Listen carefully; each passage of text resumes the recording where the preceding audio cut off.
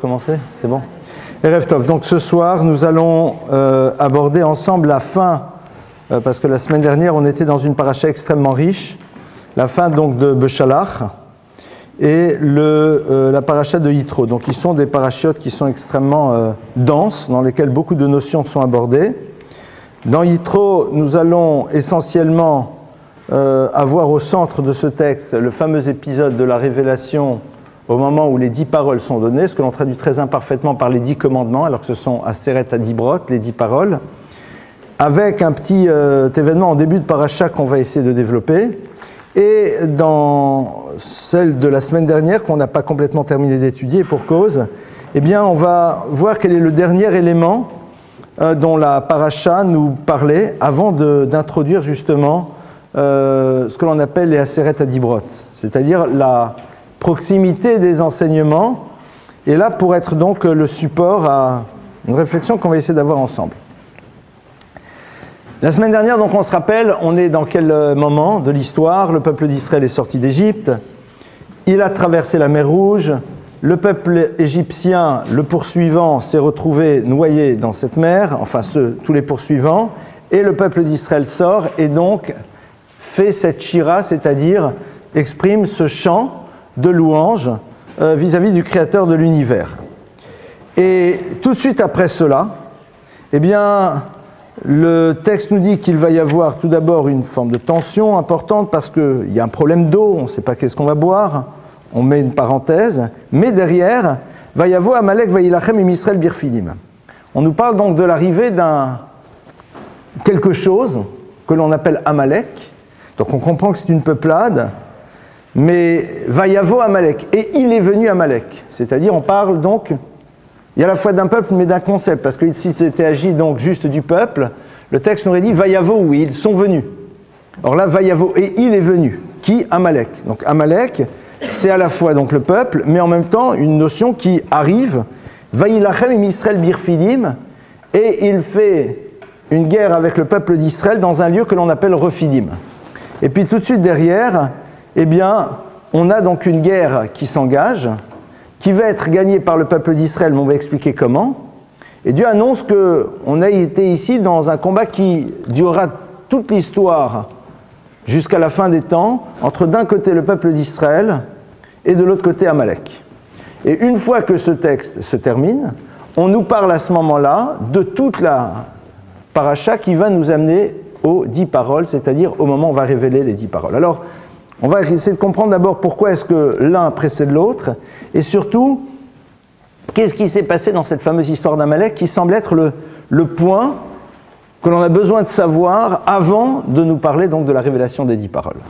Alors, premier élément, on nous dit que Amalek s'attaque au peuple d'Israël dans un lieu qui s'appelle Refidim. Refidim, c'est un lieu géographique, mais pourquoi est-ce qu'on a besoin de nous le citer? Au fond, ça change. Où a lieu, la Torah n'est pas un livre d'histoire, n'est pas un livre de géographie, donc que la bataille se situe dans tel ou tel endroit du désert, a priori ne change strictement rien, on ne va pas aller faire des recherches archéologiques. Nos maîtres, bien sûr, analysent le mot Refidim et voient dans le mot Refidim un concept qui s'appelle Rifayon. Rifayon, c'est-à-dire le moment dans lequel on se laisse aller. Ils vont nous dire qu'en effet, Amalek vient, attaque le peuple d'Israël à Refidim. Pourquoi ? Parce qu'il y a un moment, un rifayon, c'est-à-dire le peuple d'Israël se laisse aller, il se laisse aller dans la relation qu'il a avec la Torah. On a en effet déjà reçu quelque chose qui n'est pas encore la totalité de la Torah, et cet élément-là, Rafou, eh bien, il le laisse aller. En vérité, d'autres commentaires nous font remarquer la chose suivante, ils disent que Refidim, c'est le même concept que quand on prend le terme de Refidim, eh bien, on voit ici la notion de séparation. Il y a à l'intérieur, en effet, des lettres qui constituent le mot Refidim, l'idée de la séparation, puisque Refidim, c'est la même chose que Mafrid. Mafrid, c'est quelque chose qui se sépare. Et en effet, il y a une séparation qui s'opère. Il y a à la fois, à l'intérieur du peuple d'Israël, puisqu'on nous parle d'une dispute qui existe dans le peuple juste auparavant, il y a aussi d'une forme de rupture qu'ils ont avec le Créateur de l'univers, alors qu'ils viennent de faire l'expérience d'une chose extraordinaire qui s'appelle l'ouverture de la mer Rouge. Et à ce moment-là, arrive Amalek, et ce combat est cité par la Torah, juste avant l'épisode dans lequel on va recevoir la Torah. Qu'est-ce qui est en train de se jouer? Amalek, c'est une notion que tout le monde connaît.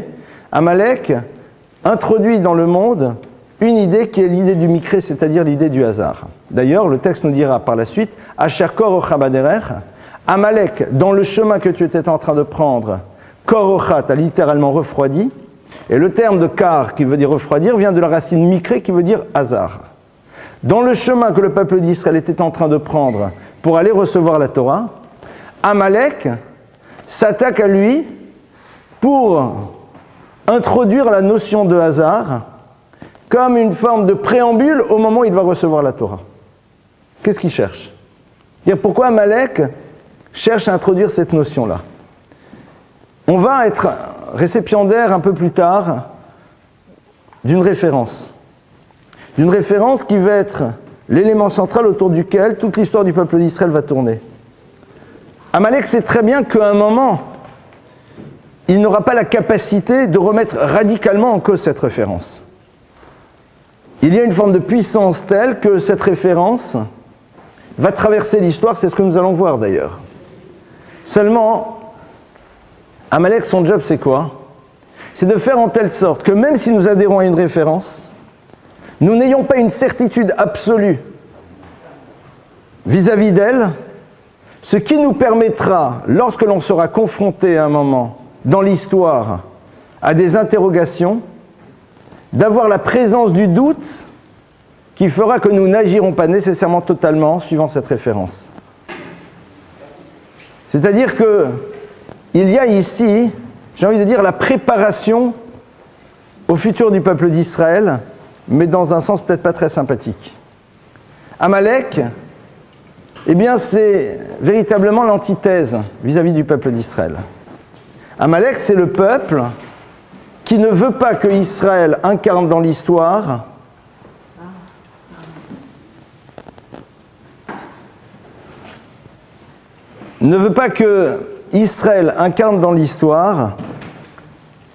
le rapport que l'on peut avoir avec une référence vis-à-vis de laquelle on a une certitude.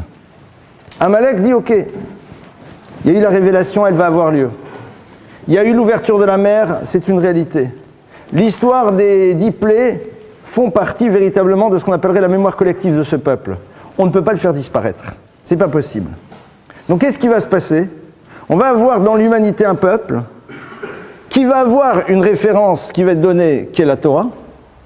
Et autour de cette référence, il va construire son histoire et donc mettra l'humanité en permanence en miroir de l'incapacité que l'on a, nous, de se raccrocher à une référence et d'organiser notre vie et arriver à transmettre cette référence de manière constante, et ce, sur la durée de l'histoire. Ce qui va être au fond la spécificité de la Torah.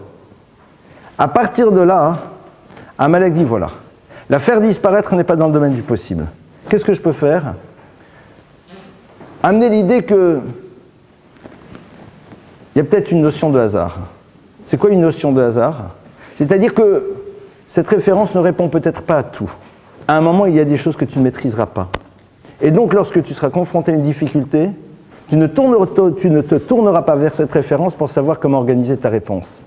Dès le moment où je n'organise pas ma réponse autour de ma référence, quelque part, je ne suis plus dans une fidélité par rapport à une histoire, et donc mon histoire commence à s'arrêter.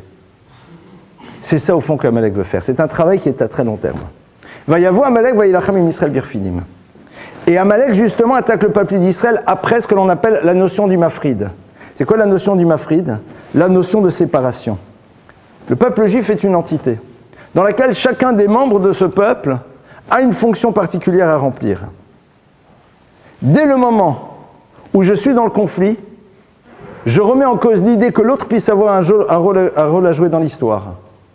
Donc c'est l'idée même de ce qu'est le peuple d'Israël que je remets en cause. À ce moment-là, j'ouvre la porte à la suite. On va essayer de mieux comprendre cela à travers une image que le Talmud nous donne. Le Talmud nous dit qu'Amalek est comparé à Zouv. Zouv, c'est quoi? C'est une mouche. Quel est le rapport? Il y a un texte du Talmud très curieux qui parle de la mouche et qui dit que lorsqu'un scribe, un sopher, écrit un livre de la Torah, vous savez les fameux rouleaux de la Torah, il écrit donc avec une plume sur du parchemin et avec de l'encre, il doit faire très attention que les mouches n'arrivent pas à ses côtés. C'est quoi cette histoire? Et le Talmud continue, il dit, parce que tu te rends compte, si la mouche à un moment met les pattes dans l'encrier, et qu'à un moment, elle va se promener sur le livre, elle pourrait peut-être transformer la lettre Dalet en lettre Resh, et là, ça devient une catastrophe. Texte a priori totalement énigmatique. Alors c'est vrai que on peut comprendre le problème de la transformation de la lettre Dalet en lettre Resh. Pourquoi? Alors pour ceux qui ne connaissent pas l'alphabet hébraïque, je vous rappelle la chose suivante. La lettre Dalet, sa graphie est la suivante. Vous avez un jambage en haut et un comme ça. Donc un qui est horizontal, l'autre qui est vertical. Donc ça c'est la lettre Dalet. D'accord? Avec donc ici un angle droit. Maintenant, la lettre Resh, c'est la même chose, si ce n'est que ce n'est pas un angle droit, c'est légèrement arrondi. La différence n'est pas énorme. Dans un cas, on est dans un angle droit, dans l'autre, on est dans un arrondi. Comment est-ce que vous transformez un angle droit en un angle arrondi? En un angle arrondi, pardonnez-moi. En quelque chose qui n'est plus angle droit, mais légèrement arrondi, en rajoutant un peu d'encre au niveau de l'angle. D'accord? Si je rajoute un petit peu d'encre, je ne peux pas le faire, je n'ai pas de troisième main, sinon je l'aurais fait. Donc si vous rajoutez un peu d'encre ici, au lieu que ça soit un angle droit, ça devient arrondi et la lettre Dalet devient la lettre Resh. Ah, bon. Donc ça veut dire que peut-être dans le Sefer Torah, à un moment, au lieu de lire de, on lisera re, ce qui va poser un problème. Et alors? Et là, en vérité, on remarque la chose suivante, c'est que quand vous lisez le Sefer Torah, vous allez constater qu'à deux endroits, on trouve des lettres, enfin plusieurs endroits, mais à un endroit du texte, on trouve la lettre Dalet, qui est écrite, mais de manière beaucoup plus grande que les autres lettres. Curiosité, mais qui est dictée par la loi. C'est-à-dire qu'on a une tradition qui revient au Sinaï, que certaines lettres du Sefer Torah doivent être écrites soit en plus petit, comme le Aleph du mot Vaïkra, soit en plus grand. C'est-à-dire toutes les lettres, on va dire, elles sont en police 12, et puis on a une qui doit être en police 14, et puis on a une qui doit être en police 8. Elles sont ultra rares. Différentes raisons que je peux expliciter maintenant, on va s'arrêter sur nos deux lettres. À un moment dans la Torah, il y a un mot dans lequel la lettre Dalet est en police 14, alors que tout le reste est en police 10. Il y a dans un autre endroit dans la Torah, la lettre Resh, qui est écrite en police 14, alors que normalement le reste est écrit en police 10. Quels sont ces deux lieux? Le premier, c'est le Dalet d'un mot qui est le mot Echad, du verset Shema Yisrael, Hashem Elokeinu Hashem Echad. Écoute Israël, l'Éternel est ton Dieu, l'Éternel est unique. D'accord? Le mot Echad, la dernière lettre du mot Echad qui nous renvoie au concept de l'unité, c'est un Dalet. Il y a dans un autre endroit la lettre Resh qui est dans une police plus grande. C'est dans le verset où il y a marqué Ki lo tishtachave le El Acher. Et tu ne te prosterneras pas vers une divinité Acher autre. Vous constaterez que le mot Echad, qui veut dire un, et le mot Acher, qui veut dire quelque chose d'autre, ont ceci de particulier, c'est que les deux premières lettres sont identiques. Echad, Aleph Ret, Acher, Aleph Ret. Donc les deux premières lettres de ces mots sont identiques. Echa, Ache, d'accord? Aleph Ret, Aleph Ret. Les consonnes, les voyelles ne sont pas les mêmes, mais on s'en fiche puisque l'hébreu est une langue consonantique. Les voyelles ne sont pas marquées dans le texte, on les connaît par tradition. Donc la dernière lettre, par contre, est différente. Echad, c'est la lettre Dalet. Acher, qui veut dire autre, c'est Resh. Et là, brusquement, on commence à comprendre ce texte du Talmud, qui nous dit attention à la mouche. Si la mouche vient, elle peut t'amener à ne plus lire Shema Yisrael, Hashem Elokeinu Hashem Echad. Écoute Israël, l'Éternel est ton Dieu, l'Éternel est unique, mais va transformer le mot Echad en mot Acher, qui veut dire autre, qui te renvoiera au verset qui te dit une divinité autre. Et on dirait donc, écoute Israël, l'Éternel est ton Dieu, l'Éternel c'est quelque chose d'autre aussi. C'est-à-dire qu'il y a une possibilité d'avoir quelque chose d'autre en dehors du Dieu créateur, qu'il y a une autre notion que l'on appelle divin et qui est présente dans l'univers. Et ça, c'est cette fameuse mouche qui va venir. Et dit le Midrash par ailleurs, c'est qui la mouche? C'est Amalek. Amalek est une mouche. Donc attention, tout ça, ce sont dans des textes différents. C'est que là, ce qu'on essaye de faire, ici, c'est de prendre plusieurs textes et de voir comment chacun d'entre eux est en train de nourrir l'autre, et on va essayer d'aboutir donc à quelque chose d'un peu plus construit. On a un texte par ailleurs qui nous dit « Amalek, c'est la mouche ». Par ailleurs, on nous parle d'une mouche ailleurs. Là, on commence à voir le lien. Dit, je crois, le Sfourneau, le Kliakar, un commentateur, il dit qu'en plus, quelle est la particularité de la mouche de manière générale? La mouche, elle est capable de vous pourrir quelque chose. Mais elle s'attaque à quoi? À une blessure ouverte, à un fruit qui est légèrement éventré. C'est-à-dire, lorsqu'il y a en effet un petit interstice, lorsqu'il y a ouverture, lorsqu'il y a séparation à l'intérieur d'une chose qui était complète, la peau était complète, le fruit est complet, tu l'ouvres un petit peu, là la mouche vient, s'introduit, va déposer ses œufs, et à partir de là, les choses ont commencé à pourrir. C'est-à-dire qu'Amalek arrive lorsqu'il a cette notion de piroud, lorsqu'il y a dans une entité une séparation, à ce moment-là, Amalek vient et va semer les germes de ce qui par la suite me renverra l'idée qu'il y a peut-être deux notions qui sont radicalement différentes, ou alors qu'il y a lui et moi, et que lui et moi n'avons pas de rapport, alors qu'en vérité chacun d'entre nous fait partie d'une entité, et donc à partir du moment où on fait partie d'une entité, eh bien nous sommes obligés de penser notre vie fonction de la finalité de cette entité. Vayavo Amalek, donc on revient maintenant au texte, Vayavo Amalek, Amalek vient, Vayilachem im Israël birfidim. Il commence son combat avec Israël, et il n'y a pas marqué im bené Israël, avec les enfants d'Israël, comme on l'appelle souvent, mais avec Israël à Refidim. Amalek, Vayavo, il vient au singulier, donc c'est tout ce que véhicule Amalek qui vient. Vayilachem, et il va faire la guerre. Im Israël, non pas avec les enfants d'Israël, donc on voit bien qu'ici, on est avec ces deux entités qui s'appellent d'un côté Amalek et Israël qui se confrontent. Et à quel endroit ça se passe? C'est-à-dire, qu'est-ce qui est à l'origine, qu'est-ce qui donne cette possibilité à Amalek de pouvoir justement créer cette guerre? C'est Birfidim, on est dans l'univers du Nifrad, c'est-à-dire dans l'univers où il y a eu une rupture. C'est-à-dire qu'il y a eu un moment Dieu et nous, et il y a l'autre et moi. Et l'autre et moi, je ne l'inscris pas dans le principe de l'autre et moi dans le cadre d'une unité, mais l'autre dans son histoire, moi dans mon histoire, avec éventuellement des ponts, mais ça s'arrête là. Idem, il y a Dieu et il y a nous.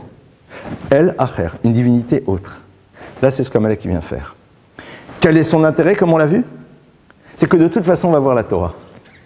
Mais si Amalek est présent, c'est-à-dire que ce qu'il véhicule comme concept est présent à l'intérieur de nous, même si c'est à l'image de cette mouche, qui au début ne met que quelques œufs, au bout d'un moment, c'est la totalité de l'histoire qui va disparaître. Pourquoi? Parce que le peuple d'Israël gardera une religion, mais la manière dont il mènera son existence prouvera bien qu'il ne croit pas totalement en sa référence. La preuve, c'est qu'il n'est pas capable de faire appel à elle lorsqu'il a des décisions fondamentales qui touchent son existence, mais limitera son rapport à sa judaïté aux faits religieux, il n'y a rien d'autre. Et là, Amalek, il a gagné. Et quand Amalek, il a gagné, quand le judaïsme devient une religion. C'est-à-dire lorsque l'on n'a plus cette confiance dans une référence qui est là pour me dire aussi comment je gère ma vie en tant qu'individu, dans ma relation à moi-même, dans la relation à l'autre, dans la relation politique, dans la relation à l'économie, dans la relation à tout. Et là, c'est son but. Amalek sait très bien que faire disparaître ce qu'on appelle la religion juive, il ne pourra pas. Elle est là, elle s'est installée. Elle prend sa racine dans quelque chose de tellement puissant qu'elle est inamovible. Donc la stratégie d'Amalek, c'est, il dit ça ne sert à rien. C'est beaucoup plus fin. Et d'ailleurs, c'est la raison pour laquelle le Midrash nous dit que Amalek, il est celui qui a envie d'introduire dans l'humanité l'idée que Israël n'est pas une référence absolue. On va essayer de se mettre dans un niveau peut-être plus guerrier. Israël sort d'Égypte, auréolé d'une gloire incroyable. L'Égypte, c'est la puissance de l'époque. Israël, peuple d'esclaves, sort de l'Égypte, l'Égypte est exsangue, elle est au sol. Il y a une tentative du pharaon pour les récupérer qui se solde par un échec retentissant. Donc Israël avance maintenant dans l'histoire auréolé d'une gloire incroyable. Donc au fond, ils vont devenir référence. Amalek vient. Amalek sait très bien qu'il va s'en prendre une. Il le sait très bien. Mais il a envie d'ouvrir pour l'humanité l'idée que même si Israël semble être quelque chose d'invincible, c'est-à-dire une référence qui traversera l'histoire, au fond, c'est peut-être pas si sûr. On peut s'y attaquer. Bon, parfois on perd, mais on risque de gagner. Et comment on gagne? En étant dans la stratégie du Zvouv, en étant la stratégie de celui qui s'introduit là, et qui va utiliser la notion du rifayon, c'est-à-dire et à la fois l'affaiblissement dans la relation à la Torah, l'univers de la rupture, et qui va semer les graines. Et c'est très intéressant parce que l'idée du Zvouv, Zvouv c'est les mêmes lettres que le mot base. Base c'est quoi? C'est le mépris. Si à un moment tu ne fais pas appel à ta référence pour savoir comment penser ton histoire, c'est que quelque part tu méprises ta référence. Parce que tu considères qu'elle n'est pas capable, à un moment, de répondre à une problématique de vie. Tu la limites à quelque chose qui est du domaine de la synagogue. Donc il n'y a pas de plus grand mépris que de ne pas faire appel à une référence pour penser la manière dont je dois gérer mon histoire. Parce qu'à un moment, ouvrir le livre, voir ce qu'il me demande de faire de manière technique et le faire, ça c'est relativement simple. Je ne valide pas nécessairement son importance. À la limite, je le fais, soit par fidélité par rapport à mes propres parents, soit parce que j'ai envie de faire des bonnes actions spirituelles, comme ça, j'aurai droit au monde futur. C'est-à-dire, je dis, voilà, il y a un truc, vaut mieux le faire, comme ça se passera bien pour moi.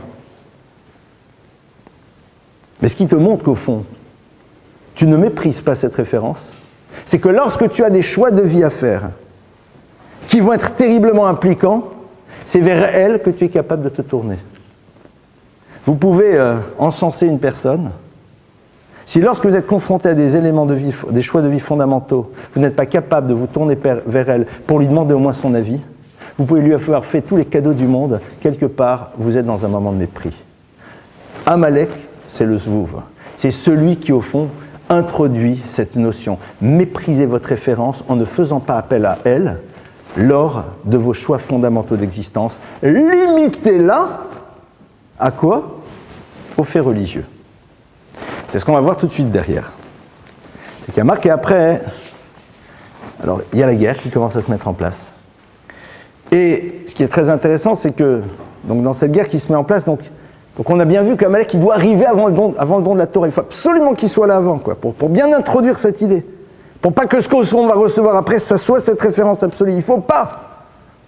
C'est pas possible. Tu vas la recevoir, mais dès le début, il faut que les dés soient pipés. La seule chose qu'Amalek ne sait pas, c'est qu'il peut avoir tout tenté. Au moment où la révélation a lieu, le peuple d'Israël meurt et ressuscite. C'est-à-dire qu'ils sont radicalement nouveaux. Donc tout ce qui s'est passé auparavant n'a plus d'impact sur eux. Donc l'histoire, elle recommence de manière totalement vierge, à l'image de la tchouva, dans lequel on est dans une revirginisation de notre existence. Amalek, donc il part à la bagarre.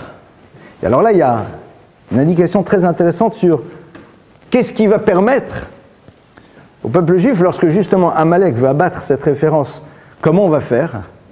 On dit que Moïse sort, va au-dessus du champ de bataille, lève les mains au ciel. Quand il lève les mains au ciel, le peuple d'Israël gagne. Lorsqu'il les baisse, eh bien le peuple d'Israël perd. Il y a deux éléments que je voudrais souligner ici. Le premier, c'est qu'on nous cite l'idée que Moïse n'arrive pas à tenir ses mains vers le haut. Et il y a à ce moment-là deux personnages dont on cite les noms qui vont à sa droite et à sa gauche. Et si la Torah prend le soin de citer ces personnages, c'est qu'au fond, on a besoin de savoir qui c'est. Ce n'est pas juste des aides. C'est Aaron et Hur. Aaron, on le connaît, c'est Aaron, le frère de Moïse. Et qui est Hur? Hur, c'est le fils de Myriam, sa sœur, son neveu. Hur, à la limite, si c'est son neveu, grand beau gosse, il est fort. Aaron est plus âgé que Moïse. Si tu considères que Moïse n'arrive pas à tenir sa main vers le haut, qu'est-ce que Aaron, le frère plus âgé, va-t-il réussir, lui, à tenir la main? Donc on n'est pas du tout ici dans une problématique d'un vieillard croulant qui a besoin de deux aides pour lever ses mains tremblotantes vers le ciel. Il ne s'agit pas de ça. Aaron, symbolise quoi? L'univers du temple, l'univers de l'avoda, c'est-à-dire l'univers de la prière. Moïse symbolise quoi? Moïse symbolise l'univers de la Torah et de son étude. Et Hur, le fils de Myriam, symbolise l'univers de sa mère, qui est la notion de l'altérité du don, puisque c'est le mérite de Myriam qui fait que le peuple d'Israël va avoir de manière constante de l'eau dans le désert. Myriam, c'est celle qui va et qui se dévoue radicalement pour pouvoir protéger son petit frère, qui était Moïse, lorsqu'il était dans la mer des Joncs, quand il était, vous vous rappelez, au tout début de l'histoire. Ces trois éléments-là se dressent pour dire qu'au fond, ils sont totalement indissociables. La Torah, ça pratique son étude. La prière, il y a un univers dans lequel l'autre me renvoie immédiatement, dès le moment où il est face à moi, à une obligation que je dois avoir vis-à-vis de lui, qui n'est pas juste la charité, mais qui est aussi la capacité que j'ai de voir dans la présence de l'autre une obligation que je dois découvrir de moi vis-à-vis de lui. Ça, c'est ce qui se passe. Il y a marqué que quand il lève les mains, alors ça marche. Et le Talmud, c'est une Mishnah très connue qui dit V'chiyadav shel Moshe osot milchama shavuot milchama. C'est-à-dire qu'on est ici face à un truc un peu miraculeux dans lequel Moïse lève les mains, ah, ça marche, et il baisse les mains, c'est la kata. Et là, l'omar lecha. On dit pas du tout. Donc en deux mots, on met de côté l'idée du personnage, du thaumaturge, du grand rabbin miraculeux qui, quand il lève les mains, on gagne. D'accord? Et après, il va se faire recruter par tous les clubs de foot du monde. C'est pas ça ici. On n'est pas dans un moment magique. Et là, l'omar lecha, c'est pour te dire, chez Kolzman, chez Israël, mistaklim klape malom, shavdim atlivam laviyam sheba shamaim. C'est qu'au moment où le peuple d'Israël voit les mains de Moïse se lever, ils tournent aussi leur regard vers les cieux, se soumettent au Créateur de l'univers, et à ce moment-là, la victoire est présente. Sinon, ils perdent.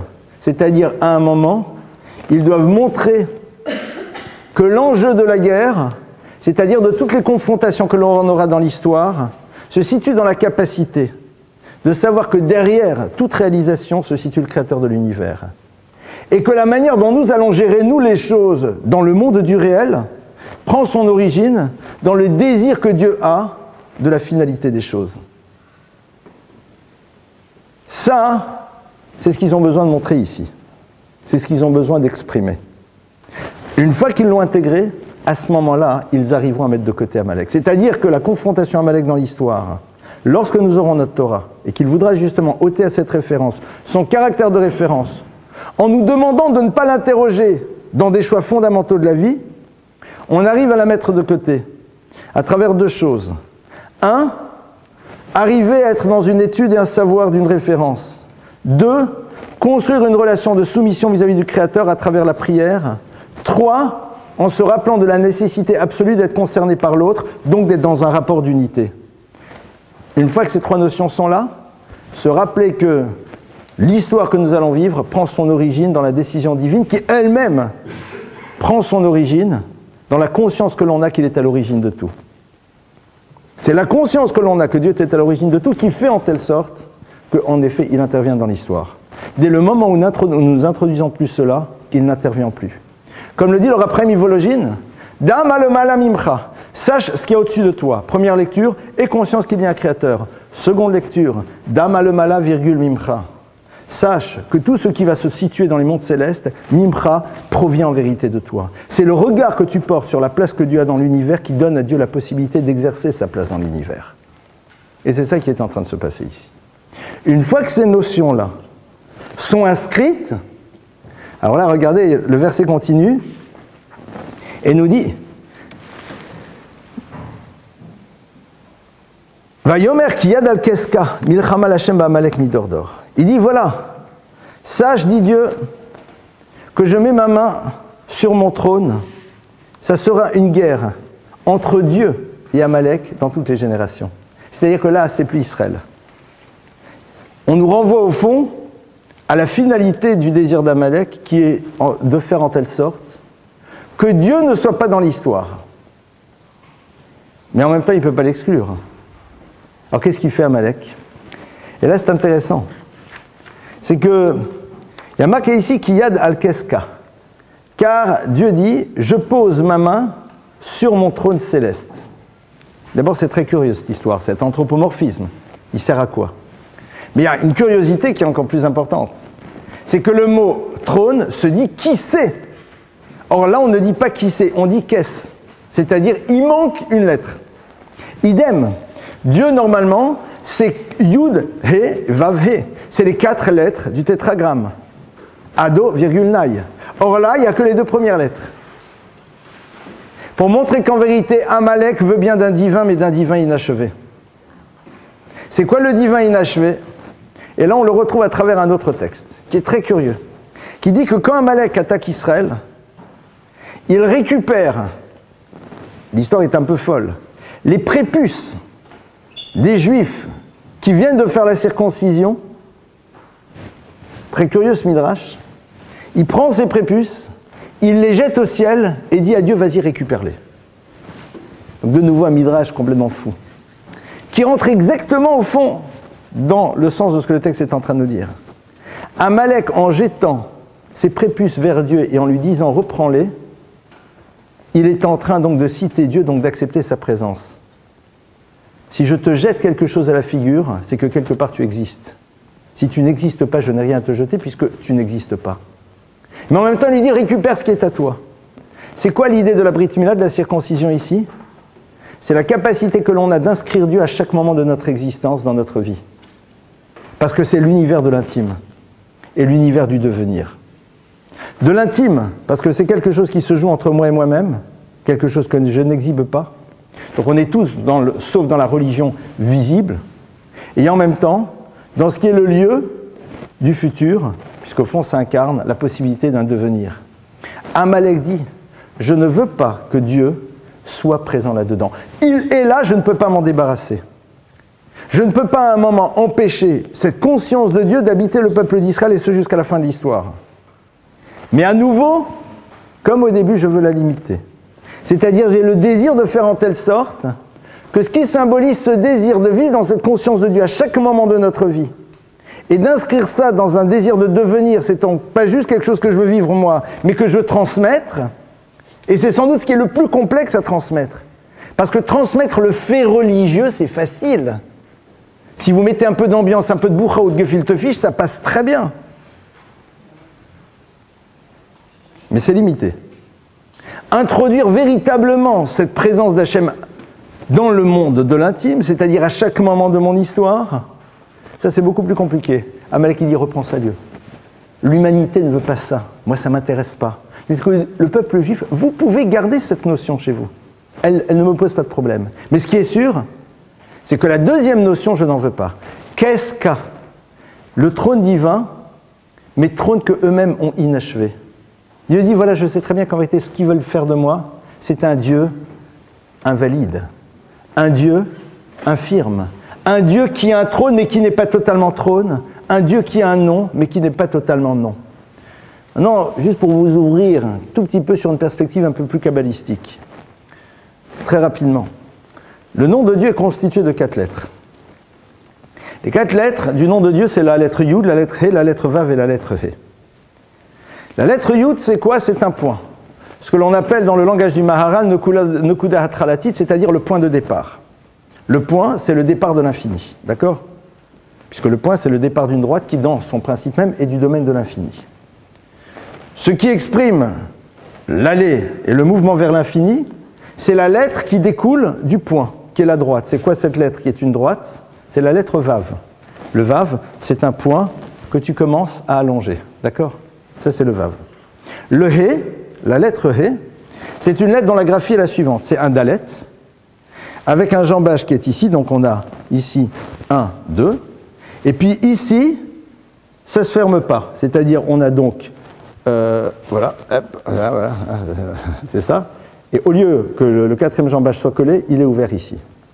Et en effet, nous dit le texte du Talmud, le He nous renvoie un mouvement soit vers le haut, soit vers le bas. C'est-à-dire que quand tu es dans le corps de la lettre, soit tu peux t'en échapper, aller vers le haut, soit au contraire tu peux t'en échapper et aller vers le bas. C'est-à-dire que le He nous renvoie au mouvement que l'homme peut faire dans les 2 directions. Le nom de Dieu, les 2 premières lettres symbolisent quoi? Symbolisent l'idée du monde des possibles.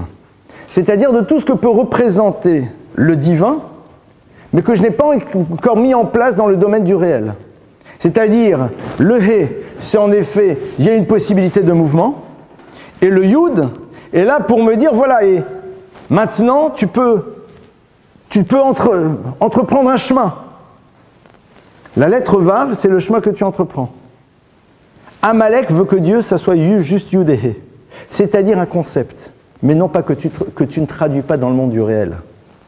C'est-à-dire, il veut que Dieu soit une notion philosophique, mais que on puisse dire, oui, en effet, le monde, il y a des mondes supérieurs, inférieurs, tout ce que tu veux, mais on reste avec la lettre Yud. La lettre Yud, d'ailleurs, qui nous renvoie à la notion du monde futur, c'est-à-dire de quelque chose qui n'est pas dans ma réalité à l'instant. C'est des choses qui existent, mais ça ne te concerne pas dans ta vie ici-bas. Le Vav et le He, le Vav, c'est justement, ben non. Je commence mon mouvement. Et je le rattache à la lettre He pour me rappeler que ce mouvement pourra m'amener soit vers le haut, soit vers le bas. Et Amalek, il dit, qu'est-ce qu'a? Je veux un trône inachevé avec un Dieu dont je ne garde que les 2 premières lettres. Est-ce que vous avez compris un petit peu ou pas? Ou c'était un peu... On peut aller un peu plus loin maintenant si vous voulez? Ah maintenant on va un tout petit peu plus loin. Juste pour vous montrer que on peut... Et c'est rien ce que je fais avec vous, c'est moi que le b.a.-ba. Maintenant on va aller un tout petit peu plus loin. Le Yud et le He symbolisent l'univers de la visibilité que je donne à Dieu moi. C'est-à-dire de... Le fait que c'est moi, voilà, c'est moi qui le définis, donc il est là, moi je suis là, et donc c'est moi qui organise la relation. Donc il a dit des choses, certaines je fais, d'autres je fais pas. À la limite, je fais beaucoup de choses qu'il me demande parce que ça mange pas de pain, d'accord? C'est-à-dire qu'au fond, à la limite, le fait religieux ne me pose pas de problème. Là où les choses sont plus complexes, c'est quand j'essaye de faire un travail intérieur, qui est la gestion de tout ce que j'appellerais le monde de l'interdit, qui est quelque chose de beaucoup plus intérieur.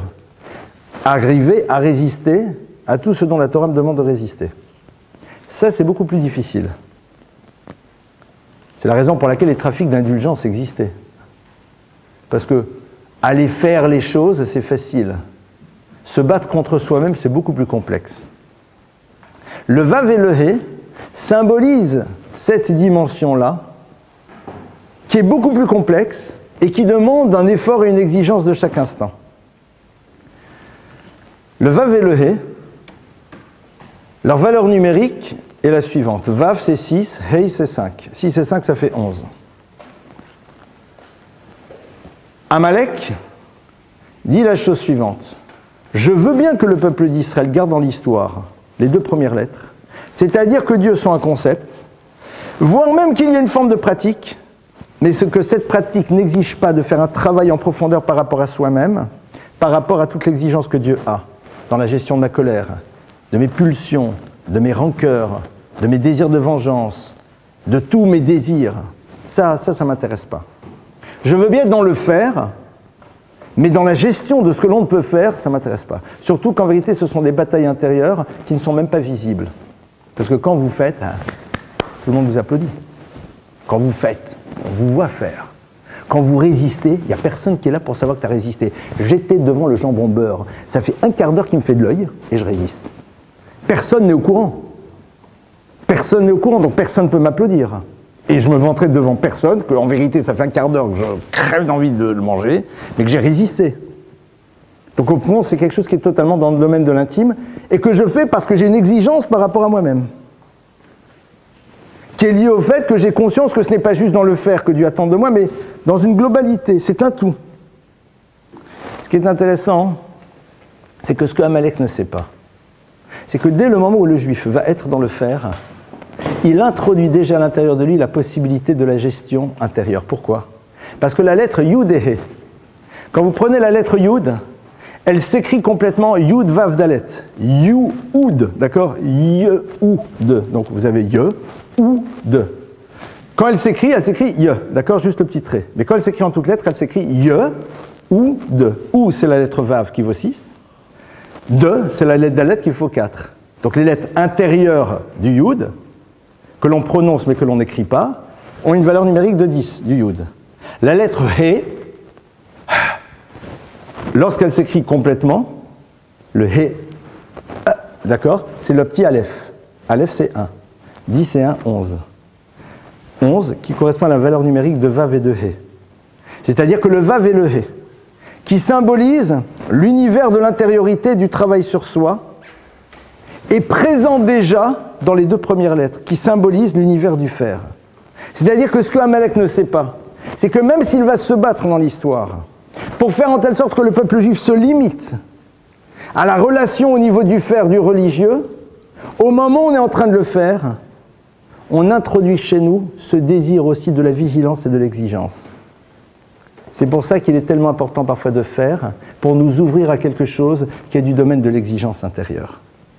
Ça, c'est donc un petit peu ce qui se joue dans ce préambule, juste avant le moment où la Torah va être révélée. Pour bien montrer que c'est la manière dont je suis construit à l'intérieur, au moment où je reçois cette Torah, qui permettra à cette-ci d'être présente ou de ne pas être présente à l'intérieur de ma vie. C'est la raison pour laquelle les premiers mots qu'on apprend à un enfant, quand il commence à parler, c'est Torah tziva lanu Moshe moracha kilat Yaakov. La Torah nous a été transmise par Moïse, elle est un héritage. C'est-à-dire lorsque l'enfant n'a pas encore de présupposé dans le rapport qu'il va avoir aux choses et à ce que veut dire la relation à Dieu, nous lui entrons dès le début cette idée-là. Pourquoi ? Parce qu'il est encore vierge et il peut donc l'intégrer pleinement.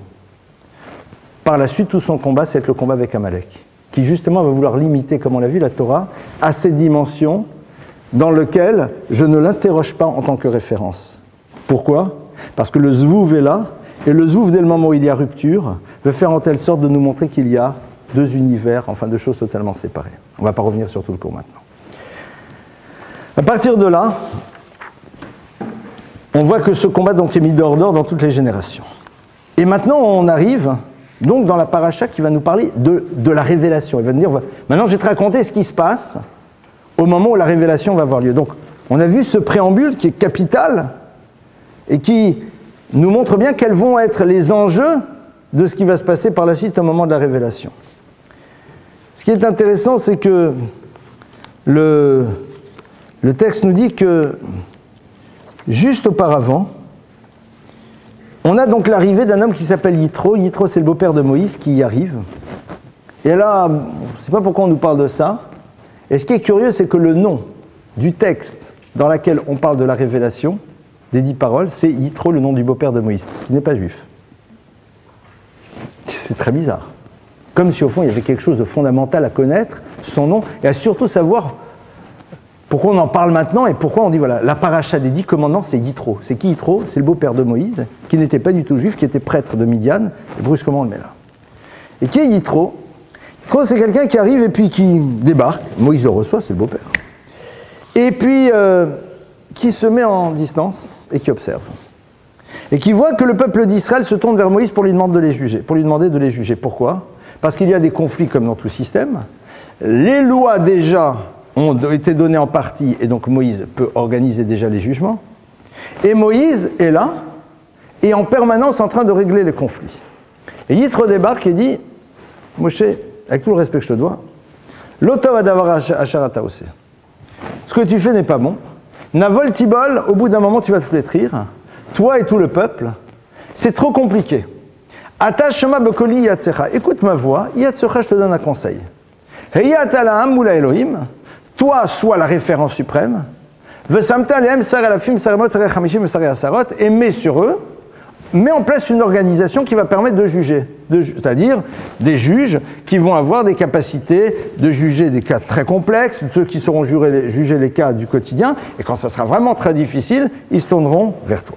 Bon, intéressant. Et le texte nous dit la chose suivante. Visata etem, vata tereze, donc il lui explique comment il faut faire. Et donc, Vaishma Moshe le kol chotno, vayas kol asher amar. Moïse écoute la voix de son beau-père et il fait exactement ce qu'il lui a dit. Et il met en place ce système-là. Et après, Moïse dit à son beau-père, merci beaucoup, et le beau-père se lève, il repart. Et tout de suite derrière, Chodesh Lashishi, c'est le 3e mois, paf, le descriptif de la révélation, comme dans le film. D'accord? Vous vous rappelez du film? C'est la même chose, en bien plus génial. Pourquoi on nous a parlé juste ça avant? C'est vrai que c'est intéressant. On a l'impression qu'on a besoin ici d'un autre préambule. On va donner au clan d'Israël la Torah.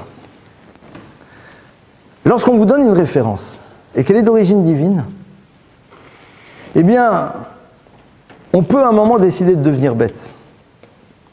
C'est-à-dire d'être à l'écoute de ce qu'on nous a dit de faire, mais de ne pas à un moment réfléchir avec notre tête par rapport à des situations, c'est-à-dire d'être dans une application technique de la loi dans tous les cas. Et d'ailleurs, le texte du Talmud nous dit, le Nechav Yerushalayim est là chez Danu Bodhi des Torah. Jérusalem va être détruite parce qu'on y jugeait suivant les lois de la Torah. C'est quoi cette histoire de fou? Et dit l'Agmara, oui, parce qu'ils étaient dans la stricte application de la loi. La loi dit ça, c'est ça. Donc tu fais ceci, tu fais cela. Et donc à un moment, ce que j'appellerais l'au-delà de la loi, l'esprit de la loi, la réflexion que je dois avoir vis-à-vis d'elle, n'existe pas. Or ici, Yitro, il arrive, il dit à Moïse, c'est vrai, on ne t'a pas dit qu'on devait choisir d'autres personnes. Tu es le dépositaire de la loi, tu juges. Moi, j'arrive de l'extérieur, je dis, c'est génial, mais à terme, ton système, il va exploser. Voilà ce que je te conseille.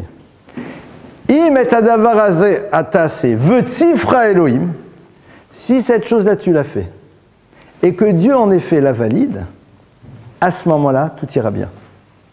C'est-à-dire que Yitro, à travers ce dialogue avec Moïse, que Moïse est capable d'entendre, montre l'obligation que nous aurons de réfléchir pour élaborer des solutions au fur et à mesure de l'histoire, qui seront peut-être des nouveautés par rapport à ce que la Torah ne nous avait pas dit, mais qui auront une condition, V'tzifra Elohim, que Dieu t'ordonnera. Vous allez dire comment on sera au courant.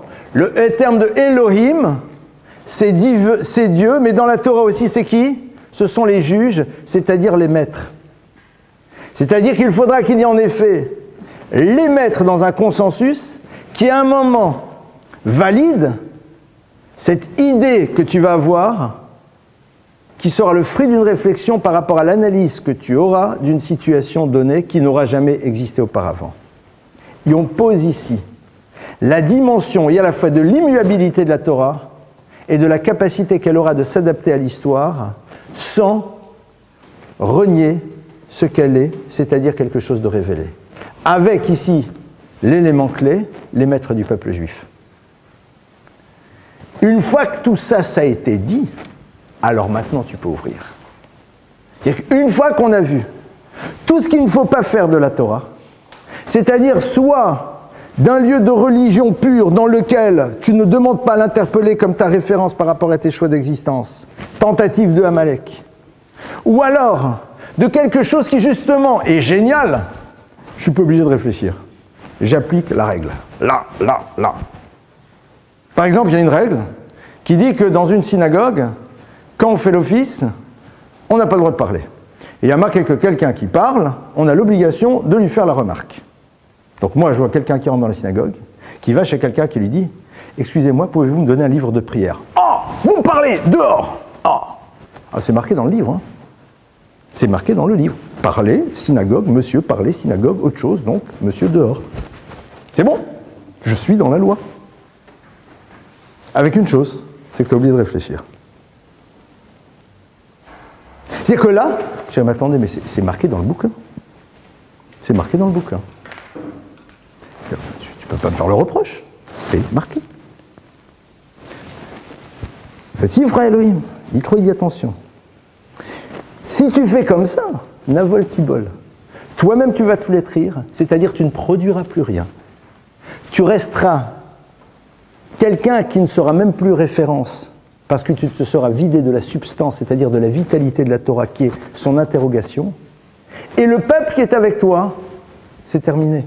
C'est-à-dire que l'histoire s'arrête. Ah, dans ce cas-là, génial. Pour faire venir les gens, je vais mettre un orchestre de rock, le samedi, sympa. Le Tifra Elohim, why not? Qu'en disent les références du peuple d'Israël? Yitro, il a dit, mon idée, elle est très bonne, elle est super logique.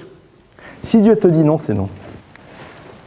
C'est-à-dire qu'à un moment, la génialité de tes pensées, qui sont là sûrement dans le bon but, elle s'arrêtera aux portes de la parole des sages, qui puisent leur savoir dans la Torah et son essence, et qui sont capables de voir au-delà de l'instant présent les dimensions impliquantes d'un choix qui semble être positif pour l'instant, mais qui à terme peut être complètement négatif par rapport à toute l'histoire. C'est là où en effet les choses elles se jouent. Il faut que ces choses-là soient claires.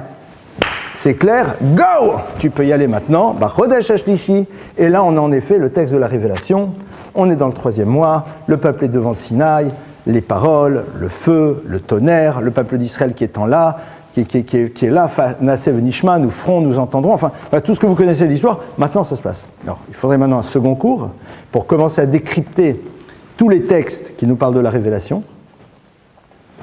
Ça sera un autre cours, parce que là, on a terminé pour aujourd'hui, on va passer aux questions. Mais vous avez compris qu'au fond, ces différents éléments que l'on retrouve juste avant ne sont évidemment pas placés là par hasard. Il faut savoir un tout petit peu interroger le texte, et comme vous avez pu le voir, on a interrogé très, très en surface. On a ouvert un petit peu quelques portes. Vous vous imaginez un petit peu toutes les portes qui restent fermées, et que je vous propose d'ouvrir chacun dans sa propre étude. À vous les questions. Oui.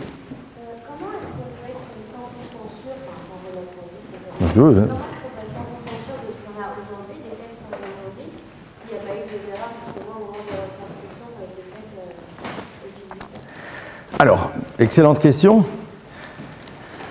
Bon, on ne se connaît pas vraiment tous les deux, d'accord? On ne se connaît pas. On se connaît un petit peu, mais sans plus. Imaginons qu'on se connaisse depuis 20 ans et que tu as entendu un enseignement, nanana, nanana, et que voilà. A priori, tu dis, bon, a priori, il ne dit pas trop d'idiotie, je peux lui faire confiance. D'accord? Ou alors, mieux encore, ton père, ou le maître que tu as eu depuis que tu étais toute jeune, si tu en as eu un, etc. D'accord? Je ne pense pas qu'il va me raconter que des idioties. Il ne va pas me raconter que des crapuleries. D'accord? Mais d'où il me les raconte? D'où il les sait? De son propre père, de son propre maître. Donc tu dois être capable de revenir jusqu'à l'origine des choses. C'est-à-dire qu'à un moment, quelqu'un te dit, ce que je vous dis, hein, c'est une pensée que j'ai reçue de mon maître. Aucun problème. Qui était le maître de ton maître?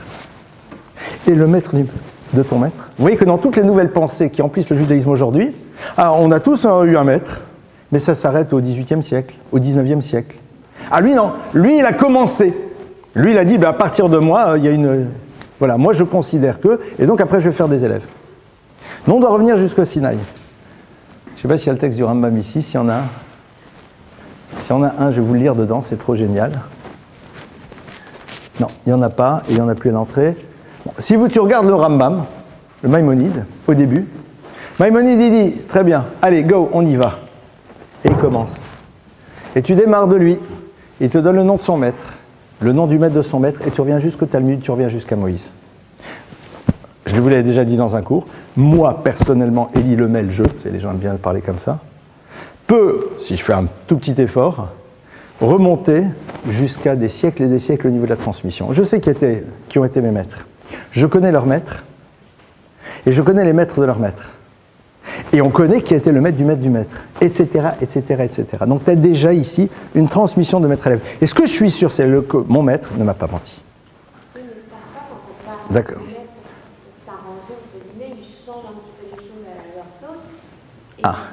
Et on se met tous ensemble, on dit, on ne le dira à personne, hein. On va leur interdire ça, on va leur interdire la viande de cheval, mais on le dit à personne parce qu'en vérité, maintenant, on a décidé de se lancer dans la viande de bœuf. D'accord? Donc surtout, il ne faut pas le dire. Eh bien, étudie le Talmud. D'abord, on est sacrément bon pour garder le secret, mais surtout si étudie le Talmud, où justement dans le Talmud, ta problématique, elle est posée. Parce que sur des sujets, il y a un maître qui dit « Ah, je trouve que c'est permis ». Il y en a un autre qui dit « Mais pas du tout, c'est interdit ». Et en fin de compte, ils discutent et on arrive à la conclusion que c'est permis. Moi, je te pose une question. Vous êtes ensemble en train de discuter sur un cas. L'objectif, c'est de savoir si c'est bon ou si c'est pas bon. On discute, au bout d'un moment, on arrive à la conclusion que c'est bon. Et tout le monde est d'accord. Pourquoi tu as besoin de rapporter l'avis du gars qui a dit que c'était pas bon, surtout s'il a été invalidé et que le gars lui-même il reconnaît qu'en vérité il a été invalidé et qu'il va suivre ton opinion? Pourquoi tu as besoin de reprendre la totalité du raisonnement qui t'a opposé puisque son raisonnement était invalidé? Tout le Talmud c'est ça, entre autres. Pour montrer qu'à un moment il y a une autre vision. Et que si à un moment on s'est retrouvé là, c'est qu'il y a eu des discussions qui nous ont amené à des conclusions. Et ces discussions doivent prendre leur argument à l'intérieur du texte qui lui-même prend son origine à l'intérieur du texte de la Torah.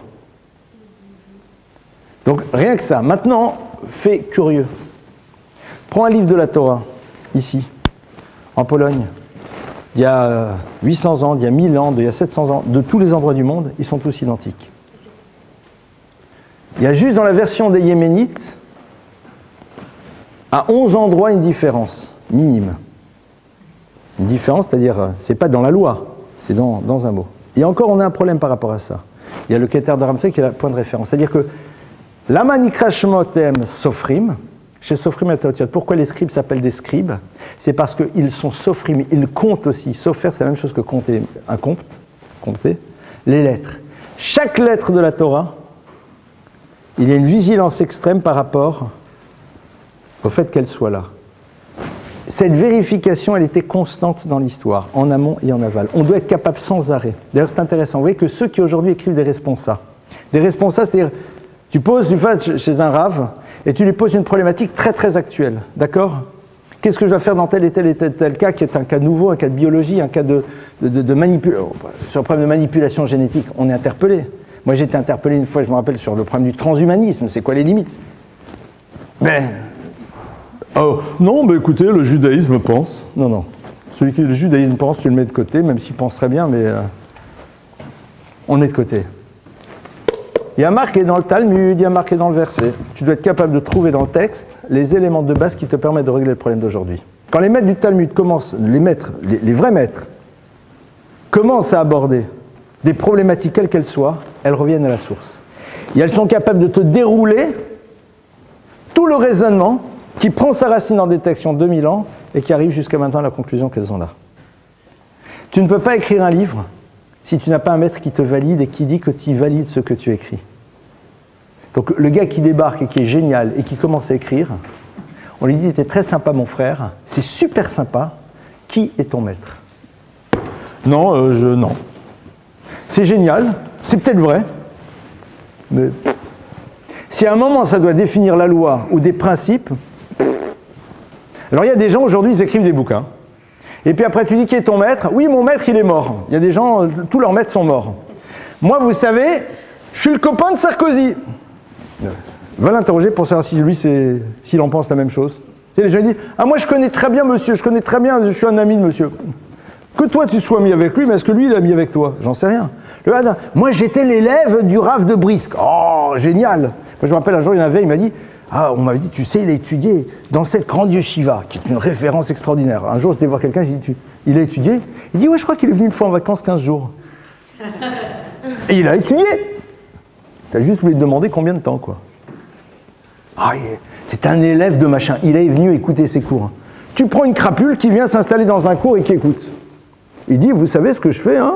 Moi, je suis l'élève de machin. Ouais. Que toi, tu décides d'être son élève, je veux bien, mais que lui décide que tu es son élève, ça, c'est un deuxième problème. C'est la fameuse histoire qu'on connaît, qui est géniale. Le Khatam Sofer, qui était un grand maître, un jour a entendu qu'un de ses élèves citait les enseignements du Khatam Sofer en son propre nom à lui. C'est-à-dire, il disait « Je vais vous expliquer le texte, je vais vous dire des choses ». Et puis, comme si c'était l'élève qui les avait trouvés. Donc on a rapporté ça au maître, on a dit, vous savez, votre élève rapporte vos enseignements en son nom à lui. Le Khatam Sofer, il n'a pas du tout perdu son calme, il a souri, il a dit, mais ça ne me dérange pas du tout. Il dit, tant que cet élève dira mes enseignements en son nom, ça ne me pose pas un problème. Là où ça me risque de me poser un problème, c'est s'il dit ses enseignements en mon nom. Là, ça me pose un problème. Il y a tout le système de l'étude a été justement bâti sur ça. C'est-à-dire sur une vérification constante pour que justement on ne se retrouve pas d'un moment, voilà. Et c'est pour ça que quelqu'un dit, mais on aurait pu dire autre chose. Mais tu dis, mais on l'a dit autre chose. Et je vais te dire pourquoi on n'a pas dit ça en fin de compte. Il y a une opinion qui dit qu'on peut prendre par exemple du poulet et du beurre. Dans le Talmud Rabbi aussi Aglili. Bah, tu fais du poulet au beurre, toi, non. Enfin, je sais rien, mais je suis pas le flic du bon Dieu. Ça doit... Si les gens le font, c'est que ça doit être bon, mais c'est pas parce que c'est bon qu'il faut en manger, quoi. C'est comme l'herbe, quoi, c'est bon. Pas pour autant qu'il faut en fumer. Donc, que ceux qui mangent du poulet s'imaginent pas qu'ils fument de l'herbe, quand même. Alors, donc, elle a été marquée, cette opinion. Quelqu'un dit, mais attendez, mais je comprends pas, il y a marqué... Oui, t'as raison, il y en a qui pensaient ça. Et va voir le texte, pourquoi, en fin de compte, on a conclu que c'était pas ça. Mais à un moment, on pouvait le dire. Il y en a qui le disent, mais moi, je crois que oui, pas de problème. Dis-le, et on va parler. Voilà, c'est ça un petit peu l'idée. Autre question? Oui. Quelle est la traduction, la signification de Amalek? Amalek. Alors, Amalek, c'est Amalek. Point. Maintenant, si tu analyses le mot, ça je vous ai déjà donné un cours, vous connaissez par cœur, pour ceux qui étaient à ce cours. Amalek, c'est 4 lettres, 2 fois 2 lettres. Ram, Lak. Ram, ce sont les 2 dernières lettres du nom d'un personnage qui s'appelle Bilham. Lak, ce sont les 2 dernières lettres d'un personnage qui s'appelle Balak. Et alors? Bilham et Balak sont 2 personnages qui se rencontrent dans l'histoire. Balak, il est celui qui voit le peuple juif arriver sur la terre d'Israël et qui dit c'est la galère, je n'en veux pas. Il appelle Bilham, qui est un prophète des nations, et lui dit maudis-les. Bilham tente de les maudire, ça ne marche pas. Balak dit si c'est comme ça, je prends les armes et j'essaye d'y aller et de faire le génocide. Les 2 échouent. Amalek, c'est la conjonction de 2 stratégies différentes pour faire disparaître Israël de l'histoire. Bilham avec la parole, Bilham boléaham, celui qui absorbe le peuple, c'est la stratégie de l'assimilation. Balak, la seconde partie, c'est la destruction physique. C'est-à-dire que Bilham, Amalek, c'est les 2 dimensions qui vont être présentes. C'est intéressant de voir que Bilham, qui est donc la première partie, Am, c'est boléa. Boléa, c'est absorber Am, le peuple. Vous vous rappelez qu'on avait vu ça une fois dans un cours? Le terme de boléa, ce sont les mêmes lettres que le mot. Allez. Alouv. Alouv, c'est quelqu'un de méprisé. La stratégie numéro 1 que Amalek va mettre en place pour nous faire disparaître dans l'histoire, pour s'attaquer de toutes les manières possibles, c'est de nous assimiler en créant chez nous-mêmes, de nous-mêmes, une image méprisable, la haine de soi. Le mec qui se sent mal d'assumer sa dimension juive. On nous fait le syndrome de Stockholm en permanence. On a envie de ressembler à ceux qui ont toujours voulu nous faire disparaître. Et de valider leur modèle en reproduisant leur modèle chez nous. C'est génial. La honte d'assumer son judaïsme et surtout son regard juif sur l'existence. Eh ben, je suis désolé, l'expression de la réussite n'est pas de se balader avec des sacs à main Chanel et des... Why not, hein? Si déjà achète des imitations et fait avec ton argent autre chose, quoi. Enfin, je suis désolé s'il y a des représentants de Chanel ici, je ne veux pas casser le commerce, mais c'est la liberté que l'on... Il est bolé, il nous absorbe. Il y a un fait très intéressant que vous remarquez, c'est que quand le comte de Clermont-Tonnerre, en 1792, je crois, la Constituante a dit « Donnez tout au peuple juif ». Donnez tout aux juifs en tant qu'individu, rien en tant que peuple. Donc on nous a ouvert. Le juif était enfin libre. Merci, c'est sympa. C'est-à-dire, t'es un être humain comme les autres. Ah, je vous remercie. Hazak. À ce moment-là, on peut faire des synagogues, on peut habiter des villes. Les synagogues qu'on a faites à ce moment-là, elles ressemblent à quoi? À des églises. On habillait les rabbins comme des curés.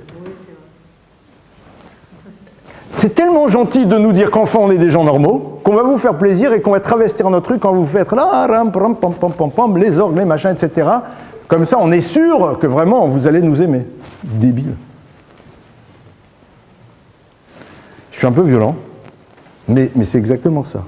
Et si ça ne marche pas, c'est-à-dire s'il y a quelques fous furieux, les irréductibles gaulois, d'accord, qui tiennent le choc, alors là on dégaine. Et là on essaye de détruire, en étant complice des génocides, en se taisant, en laissant faire, et on verra bien ce que ça donne. Voilà, ça c'est Amalek.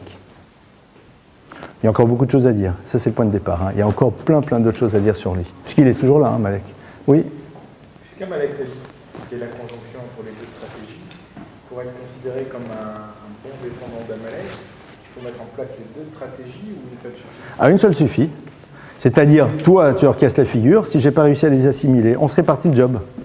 La France a assimilé, on n'a pas réussi totalement à faire, on a laissé faire l'Allemagne. Il n'y a pas de problème. Promslos, je vous en prie, après vous. Ben oui, hein, je suis désolé. D'un autre côté, Baruch Hashem, qu'en France, il y avait des Français. Parce que s'il n'y avait pas de Français, je ne serais pas là. Parce que j'étais, pas moi, mes grands-parents sauvés par des Français. C'est pour ça qu'on a parlé ici de Mitzraïm, de Amalek, de Israël. Ce sont des concepts, ce sont des entités, ce sont des visions. Mais grâce à Dieu, il y a aussi des individus. Il y a encore eux qu'il y a des individus, parce qu'il n'y avait pas d'individus. Alors là, en effet, c'est terminé. Il faut faire très attention. C'est-à-dire, quand je dis la France, ce n'est pas le français, c'est la France. C'est l'Allemagne, ce n'est pas l'allemand. D'accord ? Parce que sinon, ça, c'est la pire des choses. Mais c'est-à-dire, il y a un concept qui s'appelle la France, il y a un concept qui s'appelle l'Allemagne, enfin, toutes ces choses-là, qui à un moment se retrouvent et jouent en partie ce rôle d'Amalek, ou en tout cas laissent jouer. J'ai pas compris quand vous avez parlé du Midrash qui dit que Amalek récupérait les prépuces pour les jeter. Ouais. Et moi, j'ai pensé à une troisième option. Vas-y. Je ne comprends pas le lien que Amalek entretient avec Dieu. C'est que si j'étais antisémite pour prouver à un juif et pour lui que Dieu n'existe pas, je jette les prépuces, je dis ils sont pour toi, tu les gardes. Et quand ils retombent par terre, je dis t'as vu ça. Il n'a pas été incapable de les récupérer. Voilà. Bah, c'est l'histoire du rabbin. C'est l'histoire du rabbin qui dit écoutez, on ne va pas faire 50-50, une partie pour Dieu, une partie pour moi. D'accord ? Ça, on laisse les autres faire. Il dit moi, je suis encore mieux. Je prends tout, je jette tout. Tout ce qui reste là-haut, c'est pour lui. Tout ce qui se retombe, c'est pour moi. D'accord. Et là, ça m'a fait penser à une photo très célèbre de nazis qui, pour se moquer d'un juif, lui font mettre les téphilines. Ouais, enfin, c'est plus complexe. Surtout l'utilisation qui est faite de cette photo actuellement. C'est un peu plus complexe. C'est beaucoup plus complexe. Je ne rentre pas dans le débat parce que j'aurais des choses un peu difficiles. Quel est justement le lien Mais, alors, pardonne-moi. Je ne l'ai peut-être pas dit comme il faut, donc je redis le Midrash. Le Midrash dit, et je vais te le citer enfin, plus ou moins dans le texte, j'espère, il dit, il prend les prépuces et il les jette au ciel, il dit, hey lecha, reprends ce qui est à toi. C'est-à-dire, il parle à Dieu. Il dit, aux Juifs, je les jette. Il parle à Dieu, il dit, hey lecha, prends-les.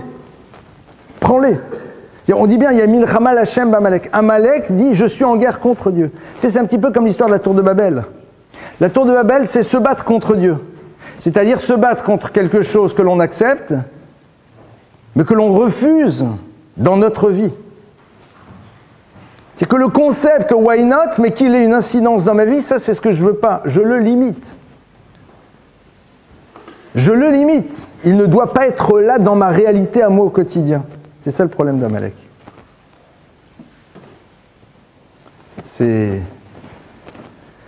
une phrase terrible et extraordinaire que... pour te montrer aussi où se situe l'enjeu. Mais ça, c'est juste une ouverture. Parce que c'est une ouverture, je vous fais, et chacun peut y réfléchir. Quand le rabbi de Tzanz était à Auschwitz, et que un jour, un Allemand, après, il a perdu son épouse et 11 enfants, le rabbi de Tzanz, un jour, donc raconte qu'un jour, un Allemand est venu le voir, il a dit « No, Herr Rabbiner !» Alors, il est où le peuple élu, n'est-ce pas? Le peuple de Dieu. Le rabbi de Tzanz lui répond, il lui dit « Nous restons le peuple de Dieu tant que moi je serai de ce côté et pas du vôtre. » Voilà, c'est-à-dire quoi? Il en parle l'autre, mais il lui dit voilà, c'est... Il dit non. Être justement dans cette relation avec Hachem, c'est être capable, malgré le questionnement de l'histoire, d'être dans la continuité d'une démarche éthique. Ça c'est juste, comme on dit, l'echem la derech, un peu de temps pour la route, quoi. Ça c'est avec ça que vous pouvez repartir. Voilà, je vous souhaite Shavua Tov à toutes et à tous et à la semaine prochaine, Bezrat Hashem.